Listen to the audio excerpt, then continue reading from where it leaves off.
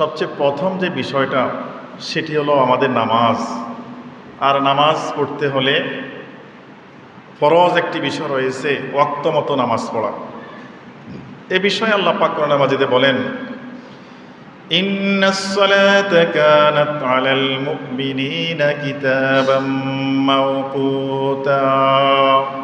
আল্লাহ পাক কোরআন মাজিদে আয়াতে বলেন যে নিশ্চয় নামাজ প্রত্যেক মুমিনের উপরে ফরজ করে দেওয়া হয়েছে সুনির্ধারিত সময়ে আদায় করার জন্য। নির্ধারিত সময় আদায় বলতে যেই নামাজের যে ওয়াক্ত, যে সময়, এই সময় আদায় করার জন্য আল্লাহ পাক আমাদেরকে বলেছেন। নামাজ আমাদের উপর ফরজ করেছেন, সাথে সাথে ওয়াক্ত মতো নামাজ আদায় করাটাও আমাদের উপর আল্লাহ পাক ফরজ করে দিয়েছেন। যেমন আমাদের ফজরের নামাজের সময় সুবহে সাদেক রাত শেষ হয়ে গেলে একটু সাদা আলো, হালকা আলো হয়। এই সুবহে সাদেক থেকে সূর্য উদয় পর্যন্ত ফজর নামাজের সময় প্রায় 1.5 ঘন্টা সময় থাকে এই ওয়াক্তটা। আর এর মধ্যেই একটা সময় রয়েছে সকালে, যে সময় নামাজ পড়া হারাম। সেটা হলো যখন সূর্য উদিত হওয়া শুরু হয়ে যায়। উদিত হওয়া শুরু হলে এই সময় নামাজ পড়া হারাম। এখন আমরা যদি একটু দেরিতে ঘুম থেকে উঠি, আমাদের সময়ের প্রতি যদি আমরা খেয়াল না রাখি, তাহলে দেখা যায় আমাদের নামাজটা, আমি দেখতেছি একটু একটু অন্ধকার মনে হয়, কিন্তু বাস্তবতা হলো মেঘের কারণে অনেক সময় অন্ধকার অন্ধকার মনে হয়, কুয়াশার কারণে মনে হয়, কিন্তু সূর্য উদিত হইতেছে। আমরা যদি সেই সময় ফজর নামাজ আদায় করি, তাহলে হারাম সময়ে নামাজ আদায় করলে সে নামাজ সওয়াবের পরিবর্তে পুরোটাই গুনাহ লেখা হয়ে থাকে। সেজন্য আমাদের একটু খেয়াল রাখতে হবে নামাজের সময়ের প্রতি। আল্লাহ বলছেন, আলাল মুমিনিনা কিতাবাম মাওকুতা, সময়ের প্রতি খেয়াল করে সুনির্দিষ্ট সময়ে নির্দিষ্ট নামাজ আদায় করতে হবে। জোহরের সময় যখন সূর্য একেবারে মাথার উপরে থাকে, তখন নামাজ পড়া হারাম। এই সময় নামাজ পড়া যাবে না। যখন পশ্চিম আকাশে হালকা ঝুঁকে পড়ে, তখন থেকে জোহরের নামাজের রক্ত শুরু। আসরের নামাজের সময় হওয়া পর্যন্ত এই সময়টা থাকে। আর এমনি কিতাবের মধ্যে জোহরের শেষ সময়ে নির্ধারণের জন্য একটা কাঠি রোদের মধ্যে রাখলে সেই ছায়াটা যতখানি যায়, মূল ছায়া বাদ দিয়ে যদি 2 কাঠি পরিমাণও হয়, এই 2 কাঠি হওয়া পর্যন্ত জোর সময় থাকে। এটা যদি কেউ জানে তাহলে, আর আমাদের যেহেতু বর্তমান সময়ে নামাজের শুরু শেষ সময় আমাদের জানা আছে, মোবাইলে আছে, পত্রিকা দেওয়া আছে, সবখানে দেওয়া থাকে, এই জন্য আমরা ওখান থেকে দেখে নেব। জোহরের নামাজ আদায়ের সময় শেষ হলে, সময়টা শেষ হয়ে গেলেই আসরের নামাজের রক্ত শুরু, এবং সূর্য অস্ত যাওয়া পর্যন্ত আসরের নামাজ রক্ত থাকে। যখন সূর্য অস্ত হইতেছে তখন নামাজ পড়া হারাম। এই সময় আমাদের মধ্যে যারা খুব কাজে ব্যস্ত থাকে, নামাজের প্রতি আগ্রহ কম, কাজটা শেষ হোক, হাত মুখ ধুয়ে একবারে নামাজ পড়বো, একবারে কাজ শেষ হইলে আজার হয়ে যাব, এরকম যারা দেরি করে নামাজ পড়ে, যখন সূর্য অস্তমিত হতেছে এই সময় নামাজ হারাম সময়ের মধ্যে নামাজ আদায় করলে সে নামাজ তো হবে না, নামাজের আরও গুনাহ হবে। সূর্য অস্ত যাওয়ার পরেই মাগরিবের নামাজ শুরু। মাগরিবের নামাজের সময়টি আপনার পশ্চিম আকাশে সাদা একটা আভা উদিত হয়, ওই পর্যন্ত থাকে মাগরিবের সময়। তারপরে এশার নামাজ রক্ত শুরু হয়ে যায়, সাথে সাথে বিতরণ নামাজের রক্ত শুরু হয়ে যায়। আর একেবারেই সুবহে সাদেকের আগ পর্যন্ত এশার নামাজ পড়া যায়, তবে মধ্যরাতের আগেই আদায় করতে হবে, তারপরে পড়লে মাকরুহ হবে। স্বাভাবিক আমরা 5 ওয়াক্ত নামাজের সময় বলে দিলাম, এটা আমাদের সবার জানা থাকা দরকার। আল্লাহ বলছেন যে ইন্নাস সালাতা কানাত আলাল মুমিনিনা কিতাবাম মাওকুতা, মুমিন যারা নামাজ পড়বে, নামাজ ফরজ করা হয়েছে, সাথে সাথে তারা যেন ওয়াক্ত চিনে ওয়াক্ত মতো নামাজটা আদায় করে। তাহলে আমরা বুঝলাম এই দিন রাত 24 ঘন্টার মধ্যে 3টা সময় নামাজ পড়া হারাম। একটা হলো সূর্য উদিত যখন শুরু হয় নামাজ পড়া হারাম, সূর্য যখন ঠিক মাথার উপরে থাকে ওই বরাবর থাকে তখন নামাজ পড়া হারাম, আবার যখন অস্তমিত হতেছে সূর্য ডুবে যায় এই সময় নামাজ পড়া হারাম। এই 3 সময় নামাজ পড়া হারাম। খেয়াল রাখতে হবে, চেষ্টা করতে হবে জানার জন্য, না জানলেও জানার জন্য চেষ্টা করতে হবে। নামাজ পড়লাম, সেটা যদি সময় মতো না হয় তাহলে এক সময় আমি পড়তে পারলাম না, জোহরের সময় জোহর নামাজ আদায় করতে পারলাম না, আসর আজান হয়ে গেছে, এখন এই নামাজটা আমাদের আদায় না হওয়ার পরে অপশন আসে, সেটা হলো কাজা আদায় করতে হবে। পরবর্তী ওয়াক্তে শুধুমাত্র ফরজ 4 রাকাত নামাজ কাজা করে নিতে হবে। তারপরও নামাজ এই যেন নিজের জিম্মা থেকে না থেকে যায়, নামাজ আদায় করতে হবে। সমস্যার কারণে কাজা হয়ে গেল, কাজাটাও পরবর্তীতে আদায় করে নিতে হবে। কারণ এই নামাজটা যদি আমরা ঠিক মতন আদায় করি তাহলে আমাদের এটা অনেক উপকার দিবে দুনিয়া আখেরাতে। যেমন হাদিস থেকে পাওয়া যায়, ওয়ান আব্দুল্লাহ ইবনে আমর ইবনে আসিম রাদিয়াল্লাহু তাআলা আনহুম আনিন নবী সাল্লাল্লাহু আলাইহি ওয়াসাল্লাম আন্নাহু যাকারা as-সালাতা ইয়াওমান ফাকালা মান হাফাযা আলাইহা কানাত লাহু নূরান ওয়া বুরহানান ওয়া নাজাতা।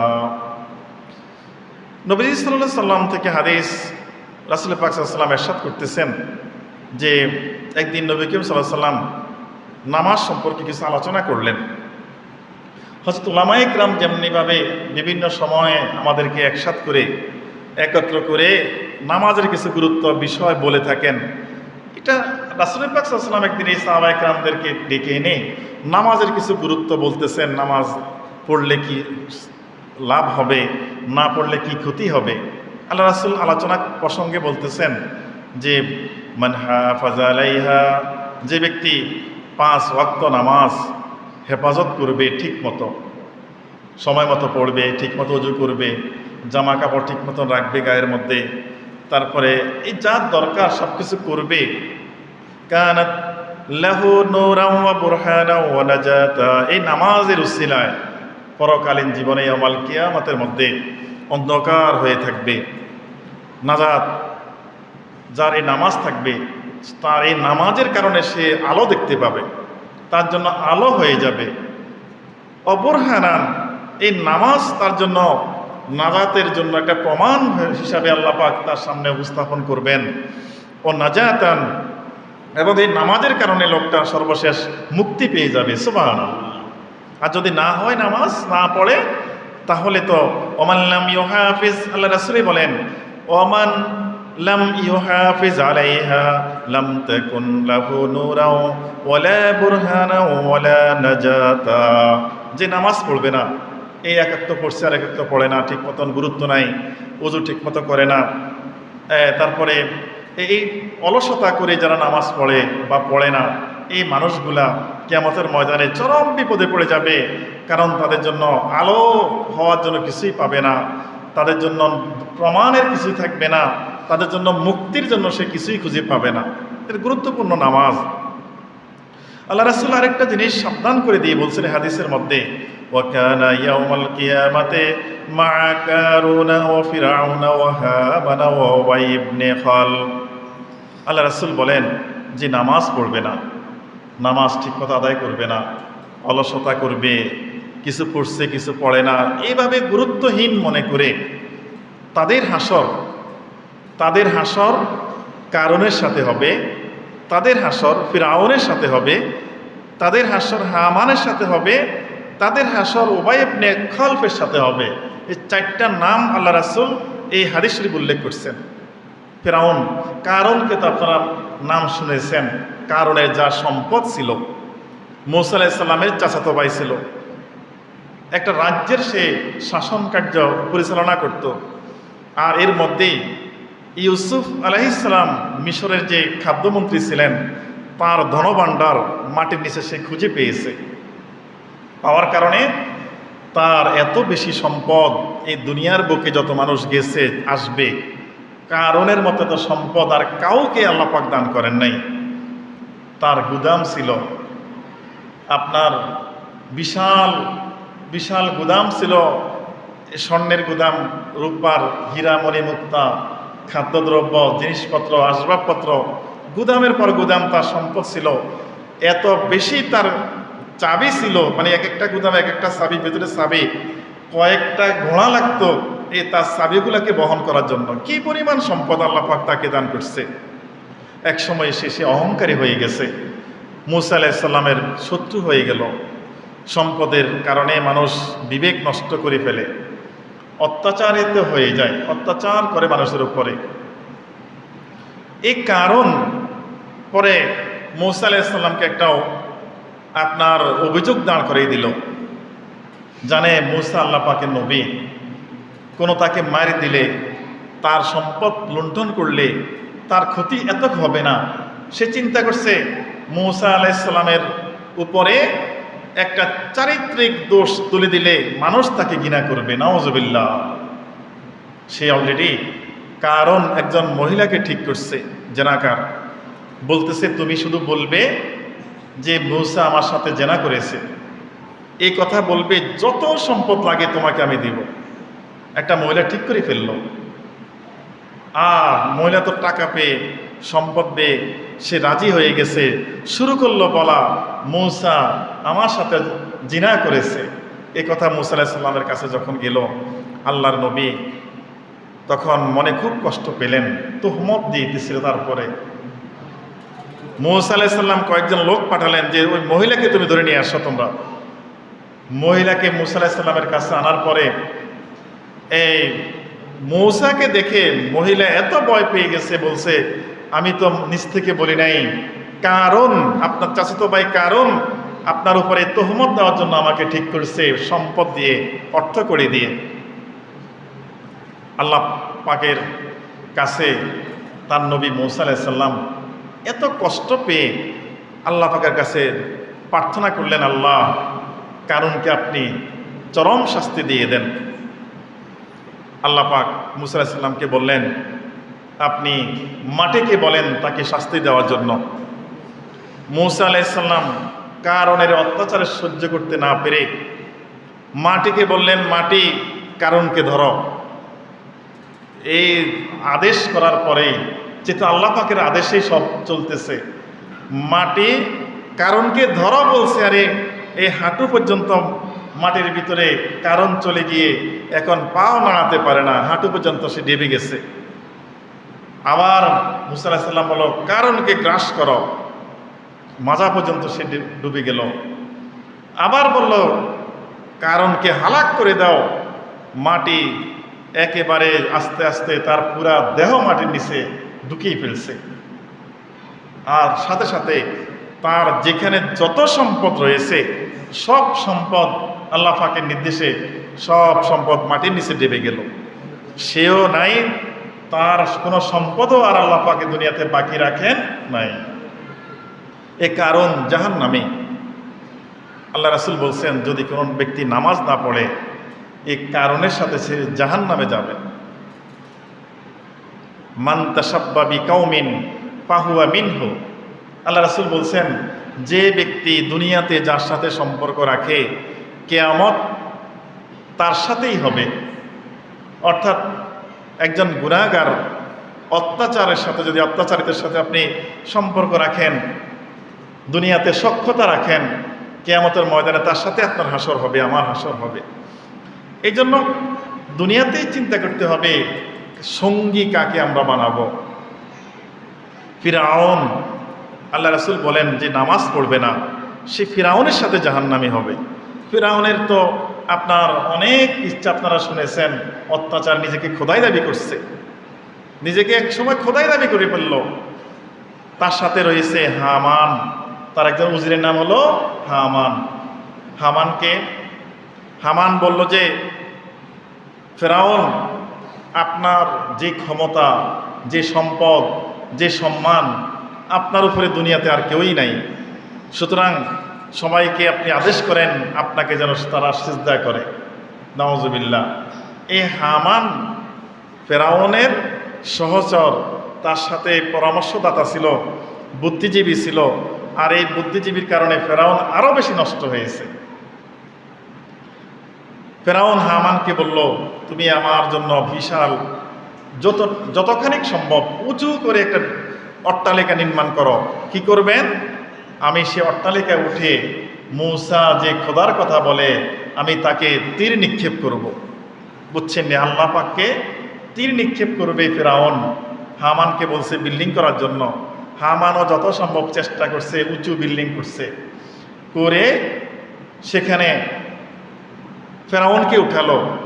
ফেরাউন মূসার খোদা মানে আল্লাহকে সে তীর নিক্ষেপ করছে। তীর যতখানি উঠছে, উঠার পরে শয়তান কি করলো, আপনার ওই উপরে যতখানি তীর উঠছে সেখান থেকে একটু রক্ত মেখে দিয়েছে তীরের মধ্যে। মেখে দিয়ে তীর যখন আবার নিচে পড়লো, দেখলো রক্ত মাখা, মাথার মধ্যে তীরের মধ্যে রক্ত। এখন তো সে বলা বলে করতেছে, দেখো আমি বিশাল অট্টালিকার মধ্যে উঠে মূসার খোদাকে তীর নিক্ষেপ করেছি, তার গায়ে লাগছে এই যে রক্ত। বিভ্রান্তি, চরম বিভ্রান্তি। এই দুটা মানুষ ফিরআউন এবং হামান, দুটাকেই আল্লাহ পাক মূসা আলাইহিস সালাম ওই যে নদী পার সাগর পার হইতেছিলেন, তাদেরকে সাগরের মধ্যে ডুবিয়ে আল্লাহ পাক একেবারে চরম শিক্ষা দিয়েছেন। এখনো মূসা আলাইহিস সালামের সাথে যে ফেরাউন যুদ্ধ করছিল, শাসক ছিল, তার লাশ এখনো মিশরে রয়েছে। আপনার 3,000 বছর 3,000 বছর এই লাশটা পানির মধ্যে ছিল। তখন 3,000 বছর পরে আবিষ্কার হয়েছে, তাকে উঠিয়ে মিশর মিউজিয়ামে এখনো আছে সেই ফেরাউনের লাশ। আল্লাহ পাক স্মৃতি হিসাবে রেখে দিয়েছেন, মানুষ যেন এই ফেরাউনের লাশ দেখে শিক্ষা নেয় আল্লাহ পাক কাকে কি করতে পারেন। নবীজি সাল্লাল্লাহু আলাইহি ওয়াসাল্লাম বলছেন, যারা নামাজ পড়বে না, ঠিকমতো নামাজ পড়বে না, তারাই ফিরআউন এবং হামান এদের সাথে কিয়ামতের ময়দানে থাকবে। মানে তারাও জাহান্নামী, বেনামাজিও তাদের সাথে জাহান্নামী। কি চিন্তে আমরা নামাজ নষ্ট করতেছি। আরেকজনের কথা বলছেন রাসূল পাক সাল্লাল্লাহু আলাইহি ওয়াসাল্লাম, ও উবাই ইবনে খালফ।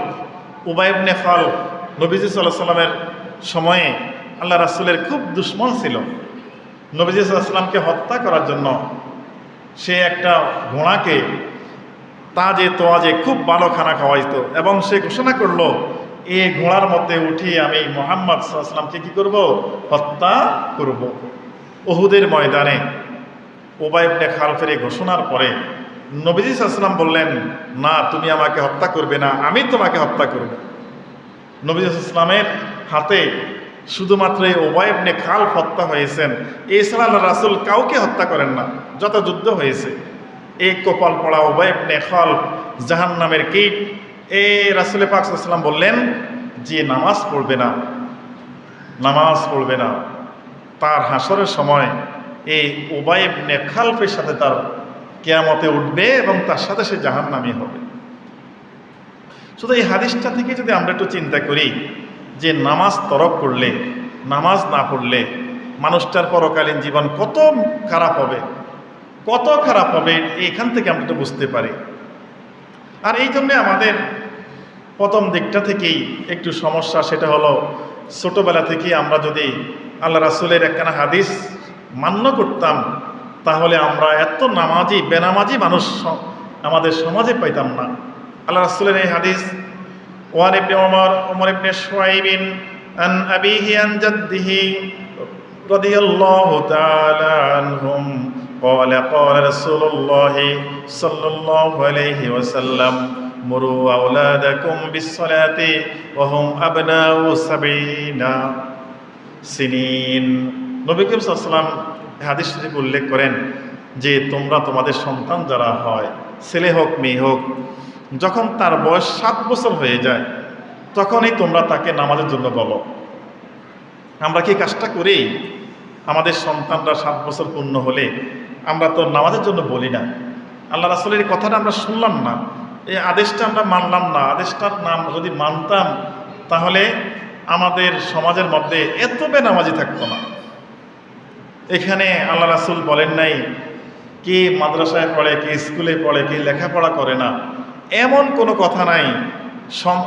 উম্মত হিসাবে, মুসলমান হিসাবে আমরা আমাদের সকল সন্তানকে যখন 7 বছর পূর্ণ হবে তখন থেকে তাদেরকে আদেশ করতে হবে, এই আসো তোমরা নামাজ পড়ো, নামাজ শুরু করো, তাদেরকে শিক্ষা দিতে হবে। আল্লাহ রাসূল এই হাদিসে বলেন, ওয়াহুম ওয়াবনাউ সাবিনা সিনা ওয়াদরিবুহুম আলাইহা ওয়াহুম আবনাউ আশরি সিনিন। 7 বছর 8 বছর শিক্ষা দেন, 8 বছর তাকে কড়াকড়ি দেন, 9 বছর হয়েছে, তাকে খুব বেশি আপনারা খেয়াল রাখবেন সে যেন কখনোই নামাজ ছেড়ে না দেয়। 10 বছর হয়ে গেছে, তখনও তাকে চরমভাবে খেয়াল করতে হবে, তার সাথে লোক লাগিয়ে রাখতে হবে সে আসলে নামাজ পড়ে না পড়ে না। যদি আল্লাহ রাসূল বলেন একটা সন্তান 10 বছর হয়েছে, 10 বছর হওয়ার পরে সে যদি নামাজ না পড়ে, আল্লাহ রাসূল বলেন এবার তাকে তুমি প্রহার করো, নামাজ না পড়লে, কথা না শুনলে তাকে বেত্রাঘাত করো, আঘাত করো, তাকে মারার জন্য নির্দেশ দিয়েছে আল্লাহ রাসূল। তারপরও বেনামাজি থাকা যাবে না। যদি সেখান থেকেও সে ঠিক না হয়, সে বালেগ হবে, বালেগ হওয়ার পরেও যদি সে নামাজ না পড়ে, প্রয়োজনে তাকে সংসার থেকে দূরে সরিয়ে দিতে হবে। এই কাজটা তো আমরা করি না। সন্তানের প্রতি আমাদের অনেক বেশি মায়া মহব্বত থাকার কারণে আমরা এই কাজটা করতে পারি না। আমাদের সামনে যুবক হয়ে গেছে, বিয়ে করছে সন্তান, সেই সন্তান এখনও নামাজ ধরে না, নামাজ পড়ে না। সন্তানের কারো সন্তান হয়ে গেছে, তারপরেও তারা নামাজ পড়ে না। এই যে সংসার নিয়ে আমরা আছি, এই সন্তানগুলোকে আমরা মনে করি, আমরা আদর করি না। এই সন্তানগুলো জাহান্নামে মধ্যে যাওয়ার উপযুক্ত হয়ে আছে।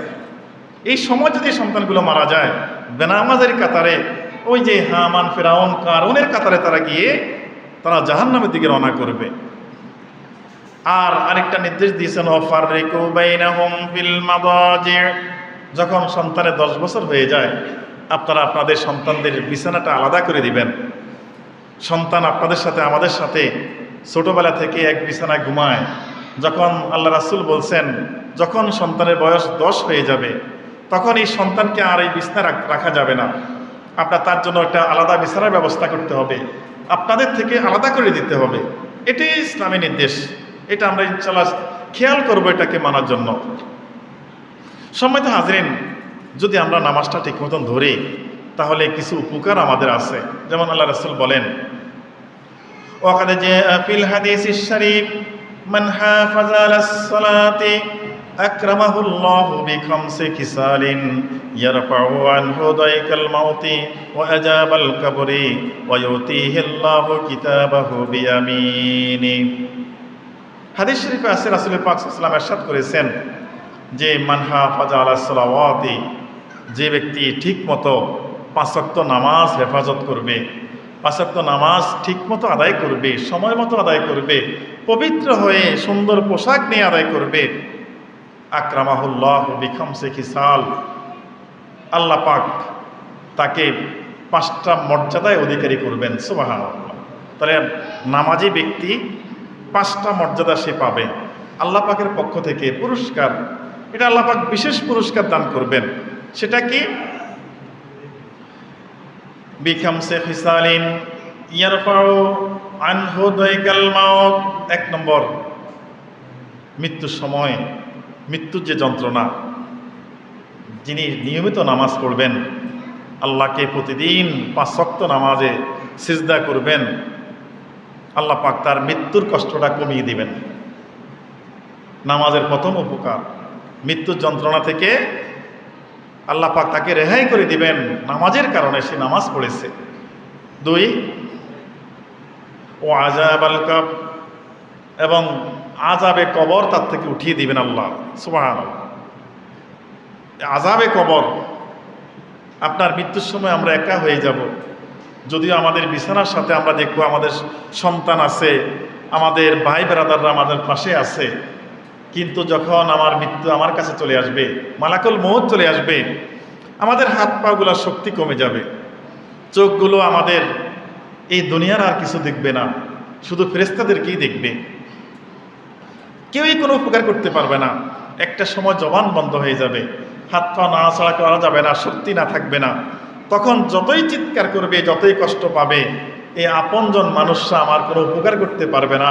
ঠিক সেই মৃত্যুর সময়ে রাসূল পাক সাল্লাল্লাহু আলাইহি ওয়াসাল্লাম বলেন যে নামাজ পড়বে তার যন্ত্রণাটা এই নামাজের খাতিরে আল্লাহ পাক কমিয়ে দিবেন। আর এই কবরে আমরা একা চলে যাব, সেখানে আমাদের সাথে কি আচরণ করবে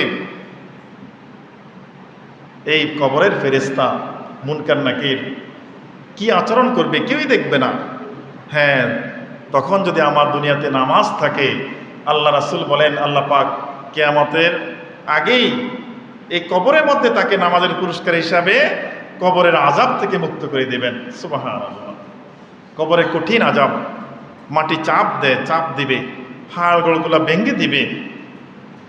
মাটিটার মধ্যে আমরা যদি দেখছি মাটির মধ্যে শুয়ে আসলাম, নামাজি ব্যক্তির জন্য মাটি থাকবে না, সেটা আল্লাহ পাক জান্নাত থেকে বিছানা এনে এই জায়গাটাকে অনেক বড় প্রশস্তময় করে দিবেন এবং জান্নাতি বিছানার মধ্যে তাকে শোয়াবেন।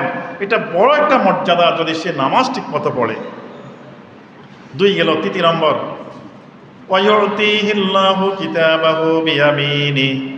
যদি সে নামাজি ব্যক্তি ঠিকমতো নামাজ পড়ে, 3 নম্বর পুরস্কার সেটা হলো হাসরের ময়দানে বান্দার যখন আমল নামা, ওই যে কিরামান কাতিবিনা ইয়ালামুনা মা তাফআলুন, ডান কাঁধ বাম কাঁধ 2 জন ফেরেশতা যে লিখতেছে আমল নামা, হাসরের ময়দানে বান্দার হাতে আমল নামা দিবে। যদি অধিক পরিমাণ নেক থাকে তাহলে তার আমল নামা ডান হাতে আসবে, আর যদি গুনাহ বেশি হয় তাহলে তার আমল নামা, পুরো আমল নামা এটাই দিবে বাম হাতে। সেখানেই যখন ফেরেশতারা তার ডান হাতে আমলনামা দিয়ে দিবে, মানুষ বুঝবে যে সে আসলে আল্লাহ পাকের করুণার মধ্যে পড়ে গেছে, আল্লাহ পাকের শাস্তি থেকে সে বেঁচে গেছে। এই জন্য যদি নামাজি ব্যক্তি, আল্লাহ রাসূল বলছেন 3 নম্বর পুরস্কার আল্লাহ পাক দিবেন যে তার ডান হাতে আমলনামা কিয়ামতের ময়দানে আল্লাহ পাক তাকে দান করবেন। 4 নম্বর, ওয়ায়ামুরু আলা সিরাতিকাল বারক। একটা কঠিন ফুলসিরাত, সেটা অনেক লম্বা, 30,000 বছর, 30 বছর, 10 বছর এটা উপর দিকে উঠতে হয়, 10 বছরের সময় লাগে সমানে যেতে, আবার 10 বছরের সময় লাগে নামতে। এই 30 বছরের একটা বিশাল ফুলসিরাত। কোনো ব্যক্তি দেখবে ফুলসিরাতটা তার চুলের মতো, আমল বেশি হলে দেখবে বাঁশ, দেখবে তার কাঠের মতো, দেখবে পাকা ব্রিজের মতো, এবং দেখবে যে বিদ্যুতের গতিতে, একেবারে বিমানের গতিতে, কেউ দেখবে ঘোড়ার গতিতে এই ফুলসিরাত সে পার হইতেছে, ফলকের মধ্যে পার হয়ে যাবে। আল্লাহ রাসূল বলেন দুনিয়াতে যে ব্যক্তি সুন্দর মতো 5 ওয়াক্ত নামাজ পড়বে, তার জন্য এই বিশাল ফুলসিরাতটা কালবারকে, বিদ্যুৎ যেরকম ঝলক মারলে সে অনেক দূর চলে যায়, যেমন আকাশের বিদ্যুৎ আমাদের যে বার্ক করে, বার্ক মানে হলো যে খাড়াঝিলিক বলি আমরা, এই যে এটা আলো যেরকম দ্রুত জমিনে চলে আসে, এত স্পিডে কিয়ামতের ময়দানের সেই ফুলসিরাতটা তার জন্য আল্লাহ পাক সহজ করে দিবেন যদি সে নামাজি হয়। এটা গেল 4টা। আর 5, ওয়ায়ুদখিলুহুল্লাহু বিগাইরি হিসাব। 5 নম্বর, নামাজি ব্যক্তির জন্য বিনা হিসাবে তাকে আল্লাহ পাক জান্নাত দান করে দিবেন। সুবহানাল্লাহ। তাহলে আমরা আরেকটু কথা রয়েছে, নাকালাহু ফি আহসান। তাহলে এই যে আমরা দেখলাম 5টা পুরস্কার, কত গুরুত্বপূর্ণ জিনিস, যেখানের মধ্যে এই 5টা ধাপে যে পার হয়ে যাবে সে জান্নাতুল ফেরদাউসে যাওয়া তার জন্য বেশি কঠিন হবে না। সুতরাং আমরা চেষ্টা করব 5 ওয়াক্ত নামাজ যেন আমাদের থেকে কোনো অবস্থান ছুটে না যায়। কোনো কারণে, বিশেষ কোনো কারণে যদি ছুটেও যায়, পরবর্তী নামাজের সময় আমরা সেটা কাজা করে যেন আমার জিম্মায় কোনো নামাজ না থাকে।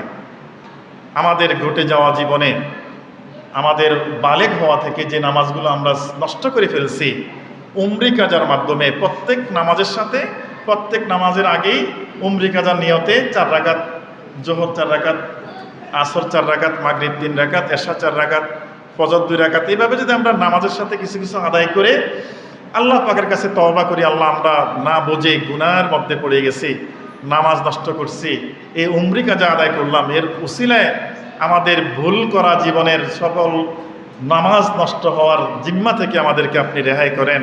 এইভাবে আল্লাহর কাছে চাইলে হয়তো আল্লাহ পাক ক্ষমা করে দিতে পারেন। আল্লাহ পাক আমাদেরকে তৌফিক দান করুক। সবাই বলুন আমিন। ওয়া আখির দাওয়ানা আলহামদুলিল্লাহি রাব্বিল আলামিন।